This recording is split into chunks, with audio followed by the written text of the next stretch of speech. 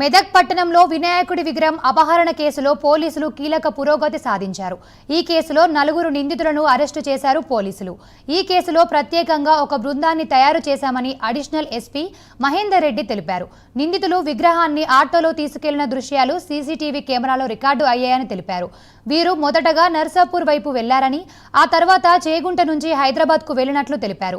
ఈ కేసులో ఇప్పటికే 4 అరెస్టు చేశామని, మరొకరు పరారీలో ఉన్నారని తెలిపారు. త్వరలోనే పట్టుకుంటామని స్పష్టం చేశారు.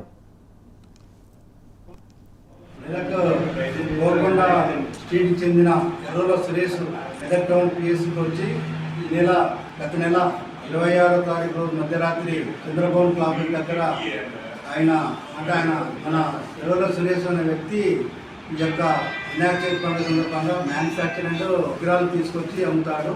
అలాగే గత నెల 21వ తారీఖు రోజు ఉమ్మడి కరీంనగర్ జిల్లా జైత్యాల జిల్లా తొట్టుల దగ్గర 25 వినాయక విగ్రహాలు తీసుకొచ్చి ఇక్కడ మెదక్ పట్టణంలోని పిండిపొట్టల దగ్గర చంద్రబాబు కాంప్లెక్స్ పిండిపొట్టల దగ్గర 25 విగ్రహాలు పెట్టిండు.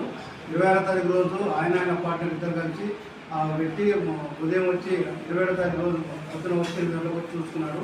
చూసుకుంటే ఒక విగ్రహం మిస్సింగ్ ఎత్తుకపోయినారని చెప్పి ఈ నెల 31వ తారీఖు రోజు మెదక్ టౌన్లో ఫిర్యాదు చేసిండు.